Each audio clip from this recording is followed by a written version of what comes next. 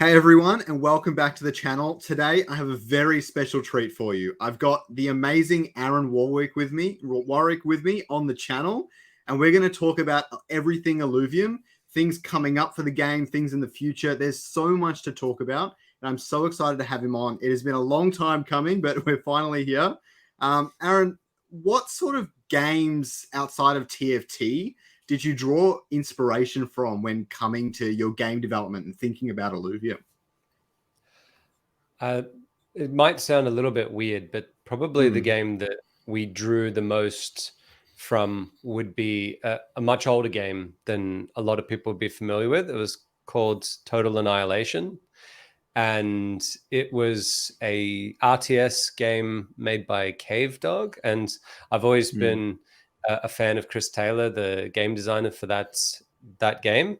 And what I loved about that growing up was that it was very modular and it was very systematic in the way that it presented itself. It was the first of a sort of new breed of real-time strategy games that gave you things like command queues and a very modular building hierarchy and structure.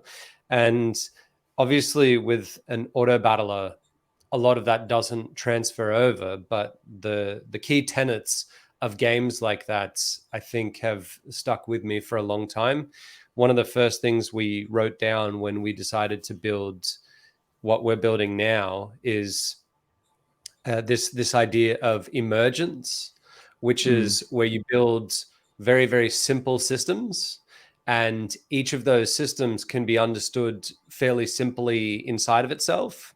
But when you start playing those systems against each other or with each other, combining, you start to get a lot of options, and you get this emerging phenomena that I guess is probably highlighted best by the game of life. I don't know if you ever saw that little tiny game where you just pixels can either be on or off, and there's different rules depending on what's happening on the outside pixels. You can get all sorts of crazy things happening with that game, but it literally has the most simple rule set imaginable. And with everything that we want to do, the idea is to try and keep the complexity of it at a micro level down really low, but keep the complexity of it at a macro level really high, because that way you can bring someone into your game, and even though it might take a lifetime to master, you can get them some very key ideas straight away, such as your job is to put something down that smacks that guy, or your job is to put something down that helps your guy, just little teeny things like that really make the game work.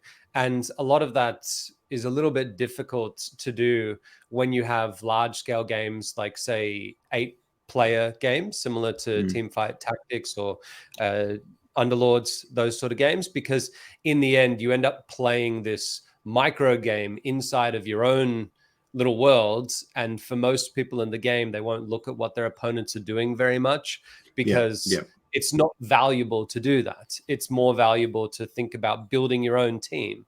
And it's a perfectly valid strategy of game. And I obviously like those types of games, but I wanted to do something that was a little bit more 1v1, more reactive, something similar to actual chess, where there are some definitively good choices and some poor choices. And it can be really hard to figure out what those choices are, but they are there, and you can start to spread out the skill level a lot more than in games that are a little bit more macro based, where it's around the idea of like meta builds.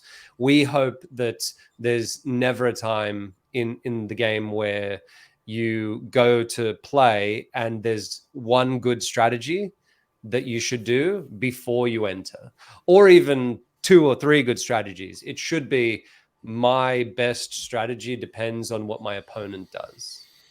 Yeah. I think a lot of games have started to lose that over time. I think Pokemon's a really good one, where the competitive scene in some generations has been quite good, but then eventually you release too many powerful Pokemon and it gets a bit diluted. So I think I think currently, having played the private beta, I think you're spot on. I think the simple systems, I've seen a lot of interviews and things, and people, I don't think have quite grasped it, but it's very simple and very quick to pick up and play. It doesn't look it, but it really is. But then there's those elements to getting past a certain number of waves and things where the macro scale, and as things get harder and harder, it does really become quite complex, but not in a difficult to understand kind of way. Not for me personally, at least. The thing to keep in mind is that obviously we're at a beta stage, and probably the area that we need to work the most on is how we communicate in the user interface. At the moment, like our user interface is really beautiful. The people who are building it are phenomenal artists. However, I'm going to say that it's a bit my fault that we haven't been able to portray all of those things easily. So, for example, at the moment, there's no indication to a player that a fire character is going to become stronger because it's nearby to a nature unit, right? And that's something that people could intuitively understand. However, if you don't mention it, if it's nowhere in the UI, if you don't see that happening, it's perfectly acceptable for people to have that complaint and say, like, I don't know where my power is coming from. But most of that is just the user interface elements that we need to portray. All of that stuff is just not quite there yet, and it'll get better. It'll get better and better over time. We're also looking at simplifying a few things. But like we've had lots of feedback from players. I've had people speak to me directly and say that we need to cut back on the complexity or various other things. And I think the important thing to remember is that we're still building. And as much as we're trying to get feedback on the game, there is a small fear that if you just listen to everyone who doesn't have the full context, they won't be able to give the best feedback long term. So it's not that the feedback isn't valid. It's just that we haven't given up all of the information to people to be able to know exactly what the feedback is. Whereas there's other parts that people can give feedback immediately, such as which characters they really like, which characters they don't like, what things are a bit confusing, bugs, mechanic fixes, all of that sort of stuff. People can say, hey, I don't like or I do like, and we're taking all of that on board. But at an overall macro level, we're asking people to just put a little bit of trust in us that all of the eventual complexity will get distilled down into simple systems that after a few games, people will go, right, how am I going to play this game? We want the very beginner person going into the game to think mostly about synergies, and to be honest, at the start, mostly about primary synergies. So we have 5 primary affinities, 5 primary classes. If you're the sort of person who just likes absolutely destroying people from the back line, just get a whole bunch of Scion units and nuke the crap out of your enemy, right? Or maybe you want to like really spike them down and you pick some rogues, and that's fine too. Or maybe you like to wear people down and you want to use a bulwark empath team, or you like that idea of, constant DPS and just wearing them down with fighters. It's up to you how you want to play, but that small system has a lot of legs in it to get people started. But once they've used those pieces, then they'll start to think, okay, well, either someone else has got a higher level than me, or I just played someone in PvP and lost to them. Why? What are the things? I know this basic thing. What is the next part on from that? And then the next part would be understanding the complexities of composite synergies. And then once they get their head around that, which is, again, not very hard to understand once you dig into it, then they'll probably want to look at our hyper system, which is our way of really combating the enemy team. And from there, it'll just grow. Each system has to be a modular component that at the start of the game, you can just totally ignore and work on what works for you, and then build up over time. If anyone played the game Portal, when you start off with that game, you don't have both of the portals. There's not all of the mechanics available to you, and by the time you finish Portal 2, there's like all of these mechanics in there. But if they just gave you that right at the start, you would not know what the hell is going on. You have to go through that progression. And unfortunately, because of the nature of our game being competitive, we can't let you play with a quarter of the game, if that makes sense. You have to have the whole game. But the point is just play at your own pace, pick it up. Some people are going to want to just pick a character and just zoom in on it and just go, isn't that thing the cutest ever, right? It's a perfectly valid strategy for playing the game, and just, zoom around the map and try to look for really cool angles of fights and stuff, and not worry about winning or losing at all, right? And after you've played your 10th or 20th game, it'll all become a lot easier for people to grasp. But as I said, we need to do a much better job on displaying that through user interface and user experience elements. And we're in the process of doing that. It's already picked up a lot on our internal version that even the people on the beta don't get access to. Yeah, definitely. That's incredible stuff. The context is everything. That is something that is really easy to forget. So just moving on from the beta for now, how are we tracking for the open world beta release? Whichever the fact, how are we tracking for some of that stuff? Are some of the audits started yet, or the back end and anything like that? So the audits that are ongoing at the moment are mostly to do with other products such as Land Sale and Illuvitas. Both of them are a part of the Illuvidex, which has its own audit, because that's the overall system that both of those two things plug into. They're effectively modules. If we want to run a particular sale or an event, it has to get plugged into the Illuvidex. And so we've really got three separate products going on. We've got the Illuvidex, plus we've got Illuvitas and the Land Sale that get plugged into that. As far as the game goes, in the beta, there's no audit there. It's just a matter of polishing the world so that it is optimized.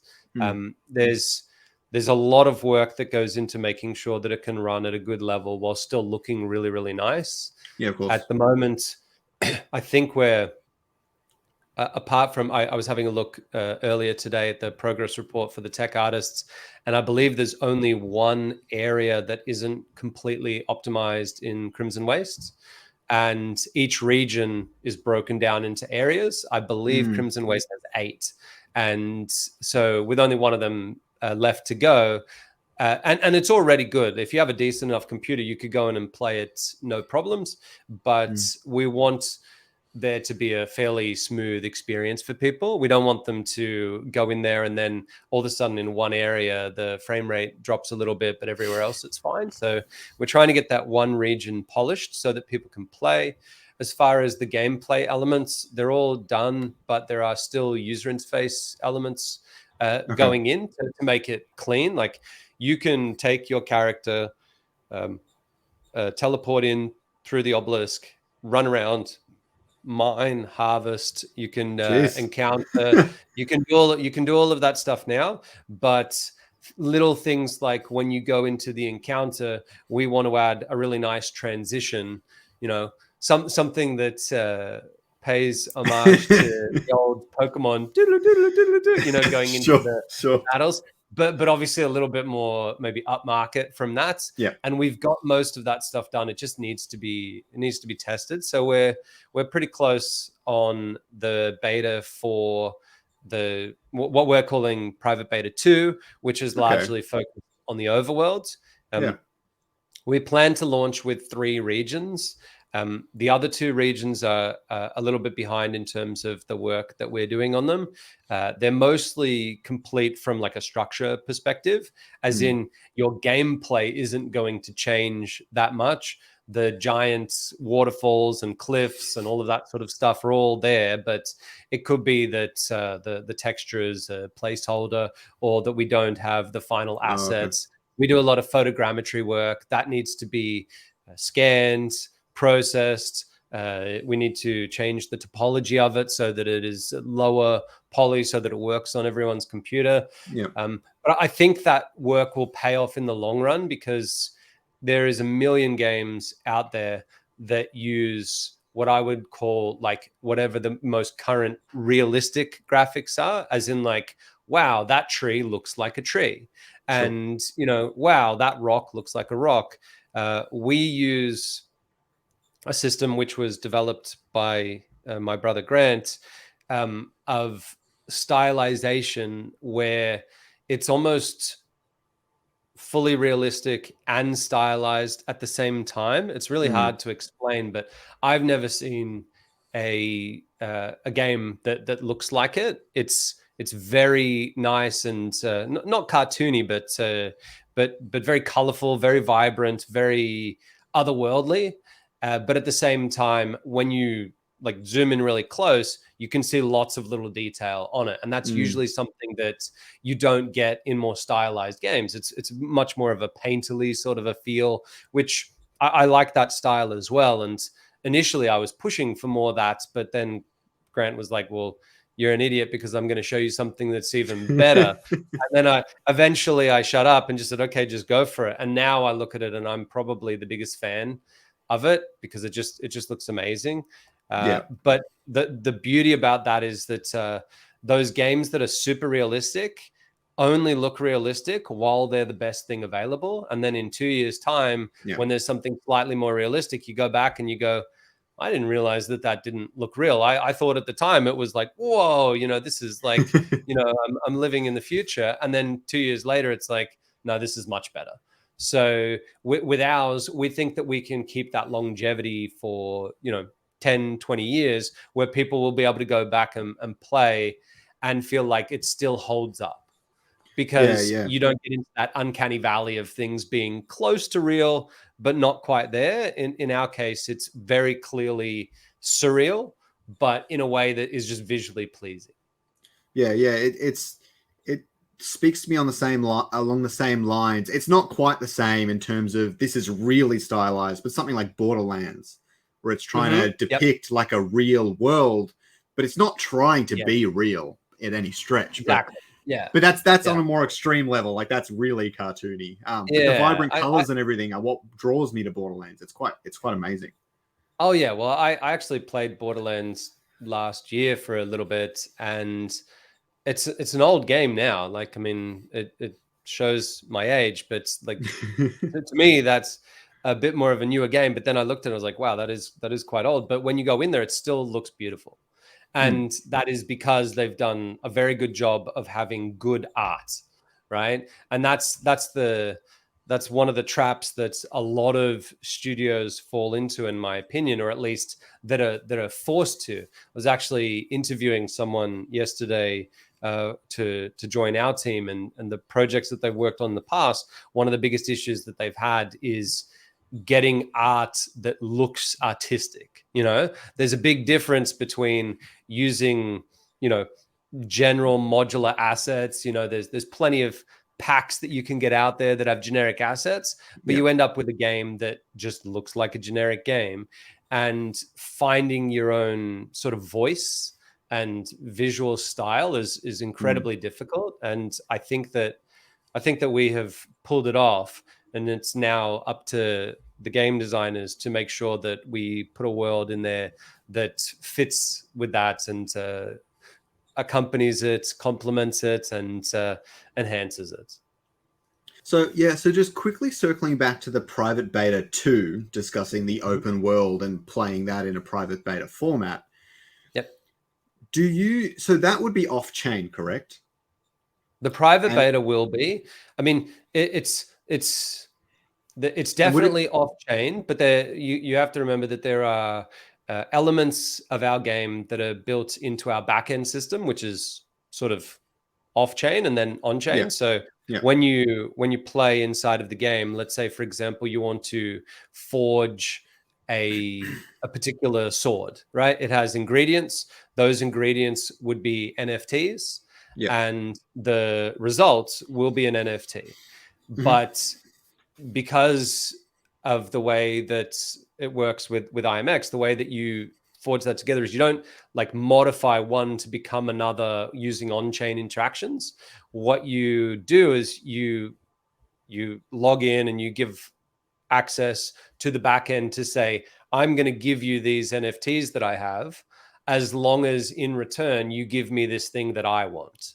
which is the eventual sword or whatever it happens to be. Sure. And so those NFTs are effectively handed over to us, at which point we burn them for you. And then we ask the blockchain to mint something for you, or rather we mint it on your behalf, and then we send it to you. So it's a bit of a hybrid system on IMX, the way that it works, because you couldn't ever, or at least not for a long time, will you be able to get a full game where literally every part of the logic is on the blockchain, right? There's still Unreal, which is visualizing things for you. We're not going to see Unreal on the blockchain anytime soon. But the difference between the beta and what will be long-term is that at the start of the beta, they would just be database assets while we test those systems. Then it will be upgraded to be NFTs that are on a test network that effectively are exactly the same as real NFTs, except they just don't count. You know, no one's going to buy them off you because they're on a test net. You can't take them off the test net, et cetera, et cetera. And then the final step will be to just flip it over to the production version of Immutable X. And at that point, when those assets are created, they're created in a sense that they can be taken off chain. They can be taken to layer one. You could do whatever you want with them. So there'll be a few steps, but the first part is to make sure that the game is going well and that people are happy with that. We've obviously had some really good feedback on the survivor mode, although to be fair, the majority of what we're hoping to get info on is what we call the combat engine, which is just the combat engine is effectively everything that happens from when you have characters on your side and the enemy has characters on its side, and then we press go. Anything that happens in between is identical in no matter what game mode we use. And that combat engine is used for survival mode. It's used for Ascendant, Leviathan, and it's also used at least temporarily, probably for the next year or so, in the overworld as like something that the overworld is borrowing. You know, they're separate games. It's the encounters to start off with. If we wanted to do our final vision, it would obviously take much longer, and we've always looked at this project as something where we could get out some version of it that people are really happy with, and then just build over time. So eventually you'll probably find that the overworld won't have these little instance encounters, and instead we'll have possibly more large scale, cooler battles and stuff like that. But even if we do go that route, we'll make sure that there's some sort of a story-driven explanation for it to make sure that it makes sense. That was one of the sort of contractual obligations that I made to myself early on, is that we weren't going to leave things unexplained if we didn't, if we had a way that we could actually explain them.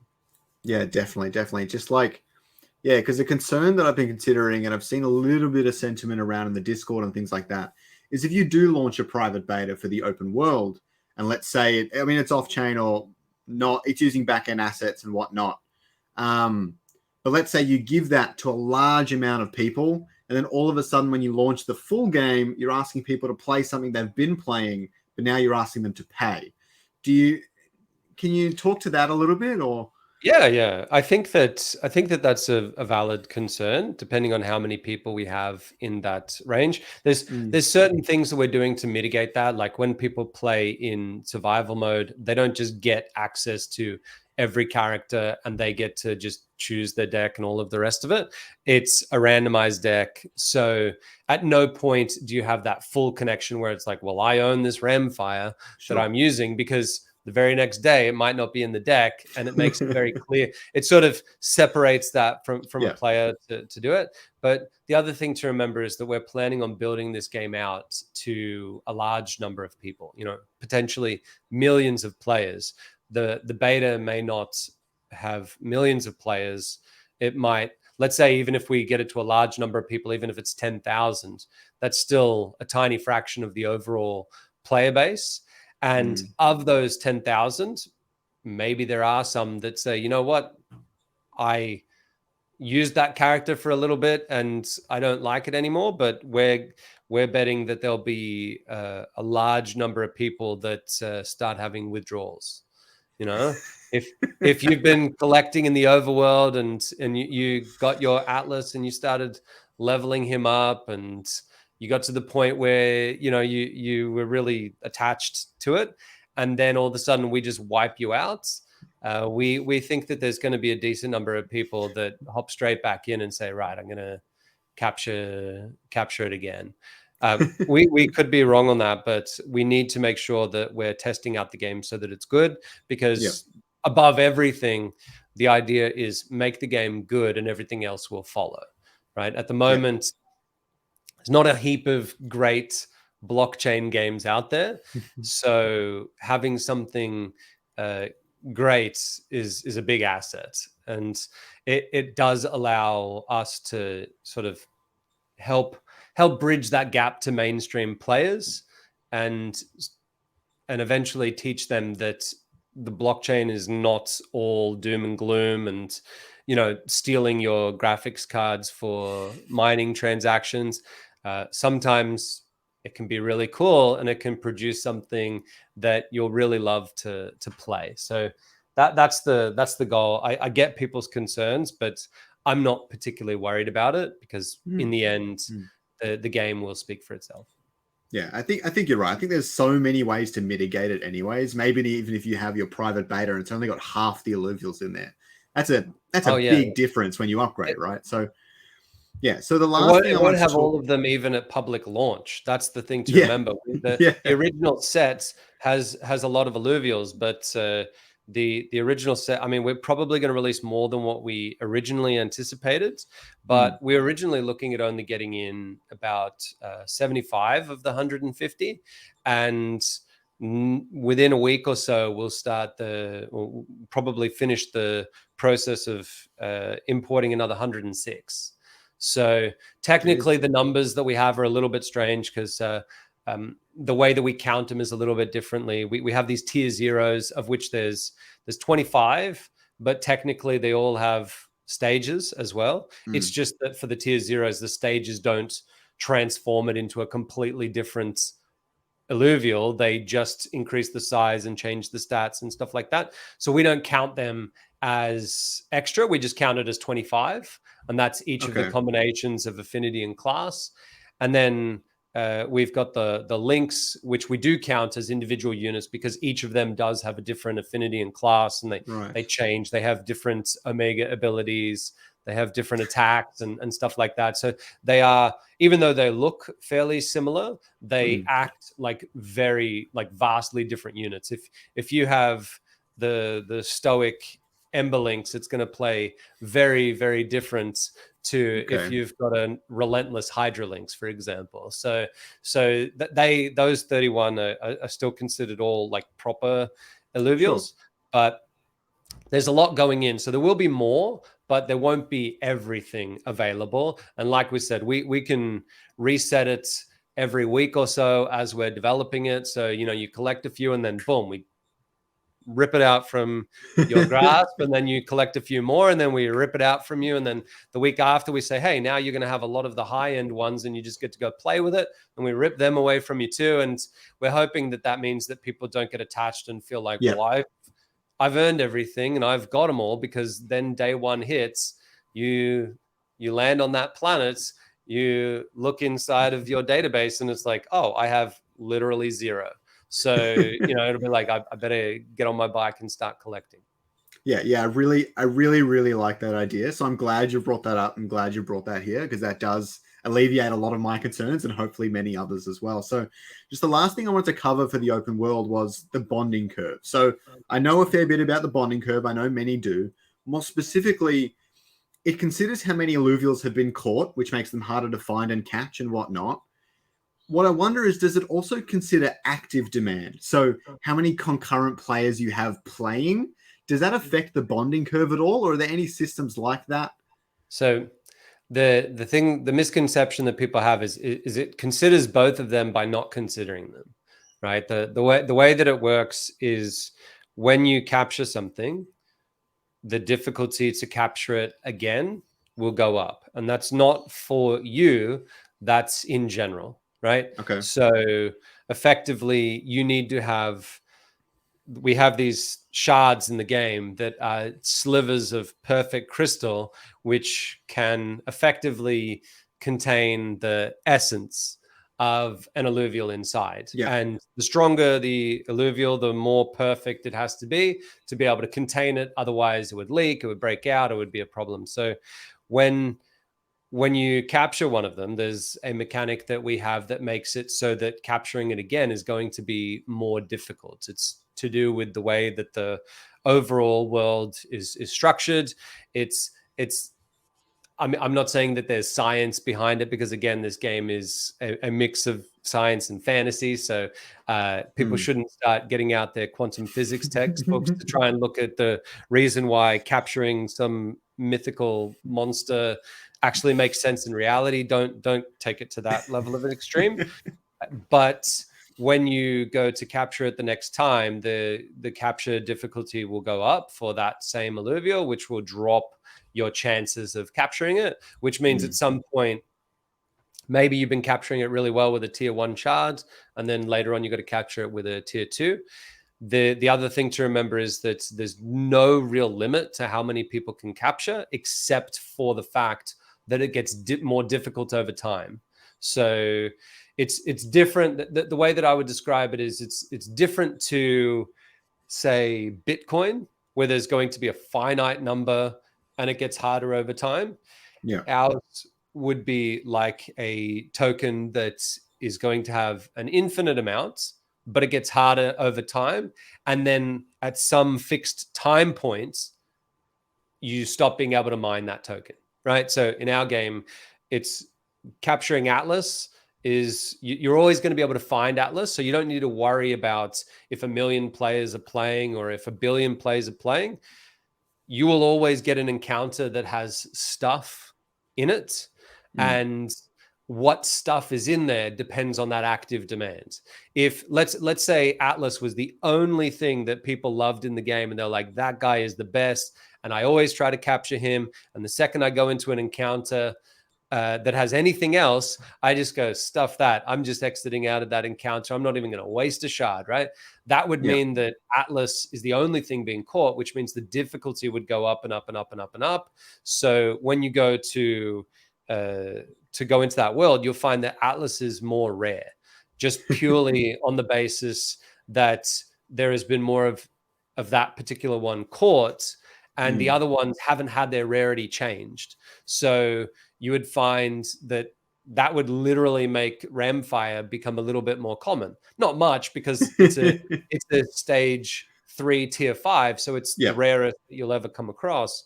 But it would slightly drop down just purely because of the way that weights work. But at no point do you suddenly go into an encounter and you're like, well, the alluvials are drying up. There's only 1 here or 2 here, and it used to be they were so abundant there was 7 or 8. So you'll always be able to capture, but then an event will happen, and at that point you will not be able to capture the Genesis set any longer, and a new set will be released, which will be different for reasons. And when that happens, anyone who owns any of the Genesis sets is effectively the only supply.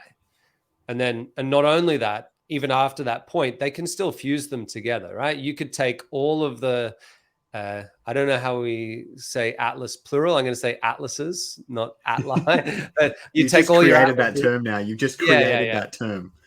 you take your Atlases, and let's say you own all of them, right? And then you go and you fuse them. You want to make as many axodons as possible. So you fuse 3 Atlases into an axon, then you fuse 3 axons into axodon. You just keep that factory pumping out.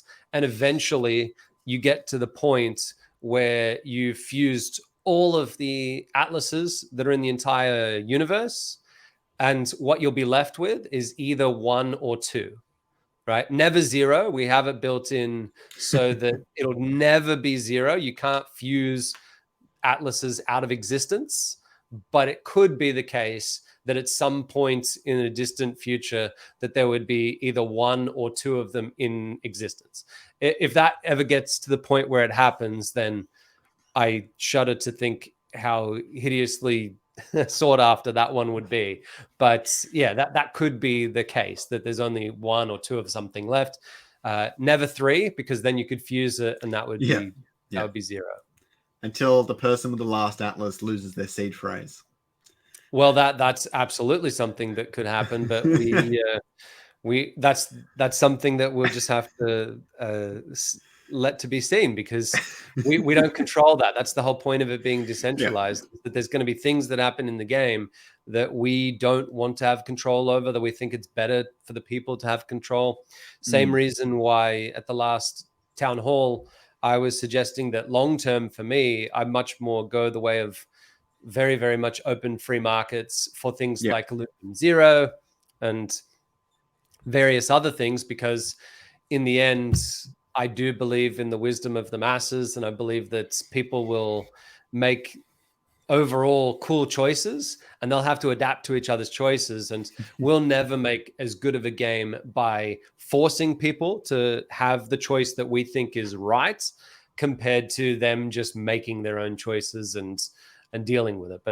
But yeah, I'll definitely be collecting at least one of everything and holding on to it. I don't want to have them go out of existence. Yeah, definitely. Just on that, I had one little minor question before we move on to land. You talked about the difficulty decreasing as they're caught. All awesome. Absolutely love it. Increase. Oh, yeah, the difficulty increasing, right? So, yeah. Yep. So if you start off with 100% capture chance, then 100% chance drops based on some algorithm or whatever else. Do you have a floor? Do you have a barrier? Say at 2%, it's always 2%? Or does it keep going forever until it's 0.0001 billion percent? So it's asymptotic, which means that it does have a floor, which is zero. It'll just never get to that floor.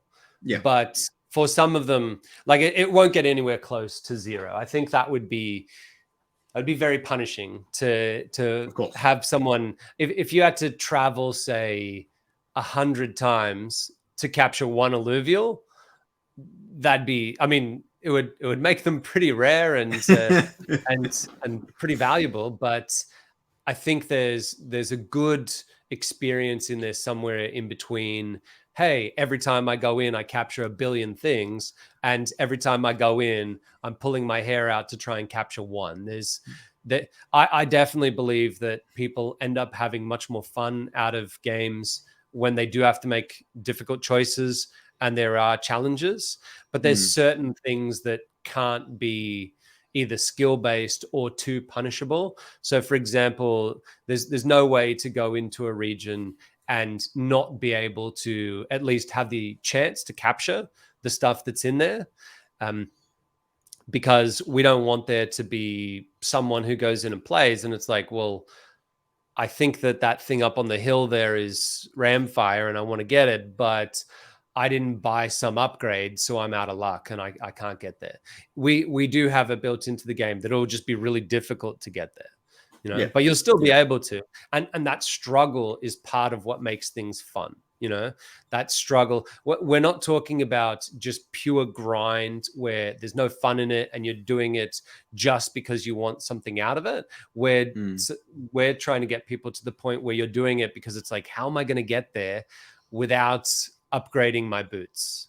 Or how am I going to get there without the jetpack? There's got to be some way across or whatever it happens to be. And that is definitely a rewarding experience for gamers. Some people are not going to want to do that because remember, not everyone is interested in playing a third person collectible game. I mean, we've had a lot of comments that that's like the most important thing in people's lives, but there's other people that aren't as keen on it. And the whole point of our overall ecosystem is that we want there to be a game for everyone to play, right? So Overworld is always going to be the place where you get our backbone stuff, and Illuvium Zero is always going to be the place where you get the fuel that powers stuff. And then all of the other games are meant to be ways for people to have a good, enjoyable time. Illuvium Arena is not in any way meant to be something where players get items out of it and stuff like that. It's a PvP and PvE game where you're playing battles, just like, you don't get a sword when you win in chess. It's just you play it because you find it to be an interesting game. Yeah. But just like Hearthstone or Magic the Gathering, if you want to play those games, which a lot of people love, you do have to have a deck. And there's two ways to get that. Either you go into the overworld and you collect it, which we've always said is the equivalent of buying a pack of cards. And the other option is to just go onto the Illuvidex and buy it from another player. Never from us, always from another player. And that's important, because if you could buy it from us and buy it from other players, it dilutes the value for players. And we want them to feel like, well, if I went deep into that dungeon and, managed to capture Ramfire in a ridiculously tough battle, and then I want to put that up on the marketplace, I don't want someone to be able to just be like, buy one Ramfire as a button from the game developers. That would be completely unfair. So if you do the work of capturing that thing, you put it onto the marketplace, you reap the rewards. And if you don't want to do the work for that, you've got to be the person giving them the funds to unlock that Ramfire, which I think is the best way for it to be. I've always very much loved how, and a lot of play-to-earn games and even cryptos miss out on this fact that you have to do some level of work to acquire something. And that is what gives it its value. I mean, time is money to me, and that's just really how I view things sometimes. And it's simply, you went in there, you put in all that effort, and now you've got something, and you can only get that thing for putting in that effort. And that's an exchange, right? In a lot of ways. But you get the entertainment. Games have always worked, anytime someone gets a cheat code for a game, like if you want to stop playing a game, if you're addicted to something, just go play it on a hacked server where you can just type in a command to get infinite money or infinite stuff. The second that you do that, three seconds later, you're over the game. It can't be so easy to get everything for free. And I think that goes back to your point about, like, in a beta, people get stuff for free. But I think people understand that it's not theirs. They don't get it. They don't get to get money from it. It'll be ripped away from them many, many times. And then they'll just be even more hungry to go out there and do that collection, which is, it is meant to be work, but it's not meant to be menial labor. It's not meant to be something where it's just like, oh, why am I doing this? It's meant to be like, I've got to make a decision. Which region am I going to go to? Which shards am I going to take with me? Am I going to scan things when I go into the world? Or am I going to, go ham and try to, pick up that encounter without knowing what's in it? Maybe it's something super strong. Maybe it's not. Maybe I fight it, and then all of a sudden my Illuvials are a little bit damaged, and that means that I need to wait a bit before I go use them again. There's lots of strategy involved in that. It's meant to be a game where you have to think about what is the best way to play, and where there's a lot of different options so that people can play it the way that they want to, with still knowing that there's a little bit of punishment for doing silly things. Like, you wouldn't want to go into an encounter, capture Ramfire, and only have tier 1 shards and expect that, well, it's going to be easy. You use that tier 1 shard on Ramfire and you're definitely below 50% capture rates. Yeah, definitely. So that has all been awesome chat, but just on that, we're going to move on to land quickly. I don't have a whole lot of questions. I'm excited to see what's coming up, but I have a few really high level ones that I'm really interested in. So firstly, you might not know the answer to this, but you might have like a ballpark for me. How long do you think it might take to build up your Illuvium Zero land to its maximum potential? Let's say for a T1. Yep. It's an important decision point, and I'm sure you guys will market it soon before the land sale, hopefully. But yeah, and can it ever reach that maximum potential? Do you think you'll upgrade the game faster than that's possible?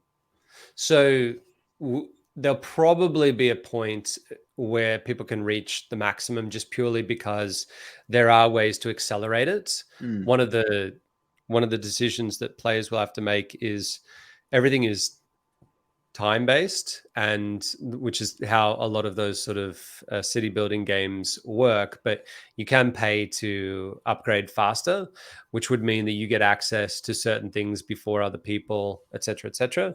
And because of that, there will be variable times for people to get to max, even if there's two people of the same skill level. Yeah. That being said, if you didn't use any upgrades, I would say you could get close to maximum, probably somewhere between 3 and 6 months. Okay. Somewhere in that ballpark. And then by the time we add in extra content, hopefully we've sort of caught up at least to the people who are not sort of skipping ahead, if that makes sense, right? Yeah. So there are content add-ons that we want to add in that allow people to do different things. There's whole expansion games that we would like to do. Obviously, there's a lot of stuff in flux at the moment because we need to get people testing the alpha, which should be very, very soon. And I think that it's just important to remember that with that particular game, the upgrades will be quite heavy. There'll be lots of different things that can go in there. It's very much a content driving type game. That at the moment there might be, I don't know, like 150 buildings in the game. Might be that you go back in 3 or 4 years and there's 1,000, and it's definitely a cerebral game as well, right? When you place a particular thing, it affects what's around it. So it's very much like a configurator. If you put let's say a power station, just to put it in general terms, in the middle, that can help out the things that need power, but it might disrupt things like a scanner. So that would mean that you've got to push that away. But then when you push that away, it means that you've got to be able to, do other things to link along the way. And all of a sudden you've got a puzzle, which is definitely solvable, but it's hard, And the point is that some people are going to try different things. Other people are just going to want to make it a cosmetically pretty city that they build. And that's totally up to them.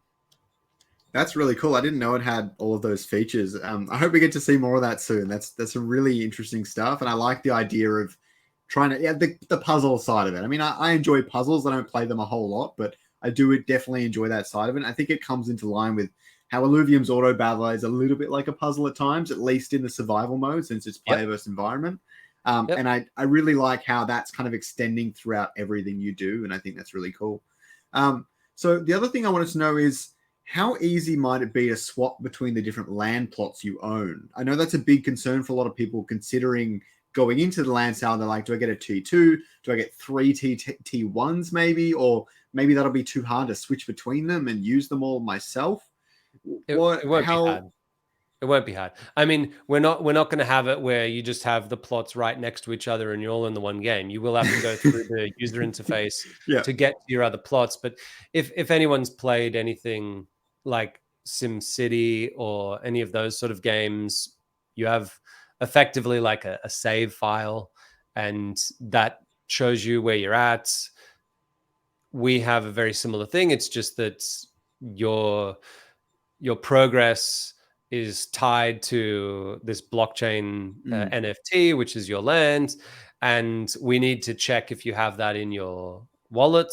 And then once we sort of authorize that, yes, you do have that, then we show you the progress on that. If you had 20 plots of land, then you would just swap in and out of each one. There are more meta considerations about things like storage. Like, do all of your plots together count as one big storage bucket? And the answer is no, because they are geographically separated plots. We try to be very, very strong on the idea of physical based design, where the way that the design should work is how you would imagine it happening physically. If you owned a city in Sydney, and then you also owned a city, say Perth, right? And the city in Sydney has some storage facilities on it, and the one in Perth has some storage facilities on it. You don't have one giant storage. You've got two cities that have storage, right? So we treat them as independent assets. That's super important because with blockchain assets, people can be trading them back and forth, and it would get incredibly complex and really nightmarish if we were to treat it all as one big city somehow. The advantage of having different cities is there are differences in the types of alluvials that you might scan the biodata of, depending on what region you're in. So some people might want to get land in different regions. Also, the different regions just look really cool, right? Like we've spent a lot of time trying to make sure that each of the regions is really iconic and somewhere that you would like to be, you know, for various reasons. If you go to Halcyon Sea, it's meant to just invoke in you this this idea of being chill, relaxed, at peace, right? Having us be able to evoke those sort of emotions in someone is very important. And then you might go to somewhere like, say, Chard Bluff, and you're meant to feel stressed out. You know, it's meant to be, it's meant to feel intense, you know, and each region has its own, you know, sort of feel to it. Brightland Steps is meant to be, sorry, Disney, the happiest place on earth, right? It's just meant to lift your mood and make you just go, this life is all right, you know. And each of the regions has emotions that it's meant to bring out in you. So some people might want to buy land that is connected to different regions just purely because they like that idea. Other people will like to get land that is geographically adjacent. We're not going to the extent of, if you get two pieces of geographically adjacent land, when you sort of hover over, you can see the progress in the other city. That's not, at least for now. I mean, I've thought about it, but it's not going to be in there to begin with. So it'll still feel like individual pieces of land. But if we want to produce expansions that require you to own, say, a 4x4 grid or a 2x2 grid or something like that, and then sort of, I guess, convert that to be one giant mega city, then you can, we want people to be able to do that. So there will be reasons to get land that is very close. There'll be other reasons to get land that's in various places. Very, very long term, we want it to be a persistent area that players can actually go to and can run around in like a third person camera and say, this is my city. When they do that, they'll actually realize just how gargantuan these cities are, right? They are not small. If anyone has seen the survival mode, you'll know that the theme of that one is that Gaudi has malfunctions. I saw this in the Discord today.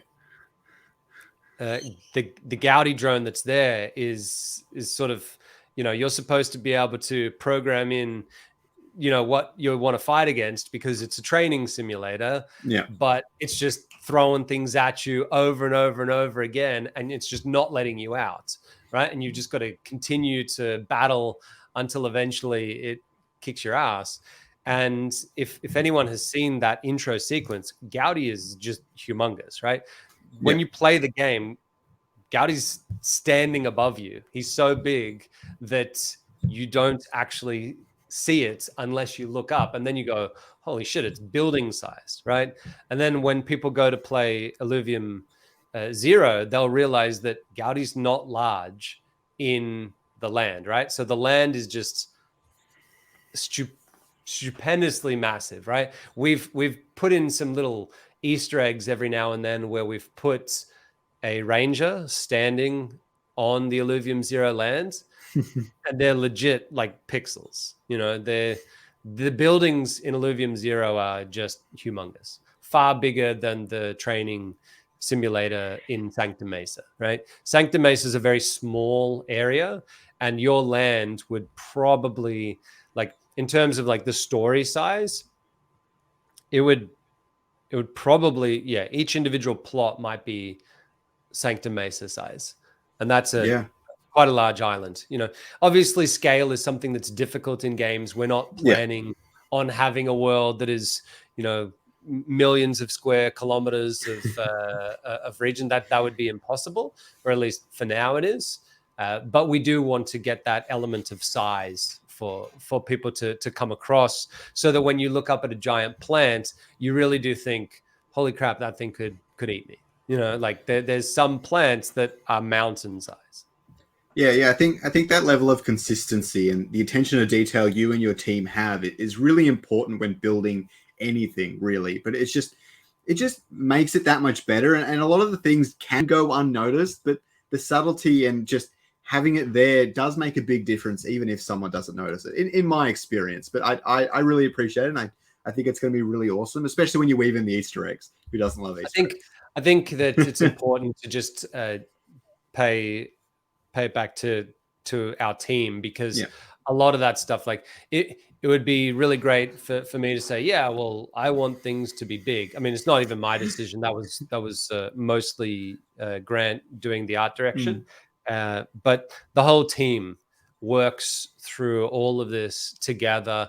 There is, there's a large number of people on the team that have given us story ideas, and we let them go nuts and design different creatures. A lot of them have had a chance to design Leviathan and all sorts of things. We want it to feel like a team effort. I constantly say this to people, but we have a team of more than 200 now, and I am definitely less than 0.5%. When we had a team of 100, I said I was less than 1%. We got a team of 200. I'm definitely less than 0.5% now.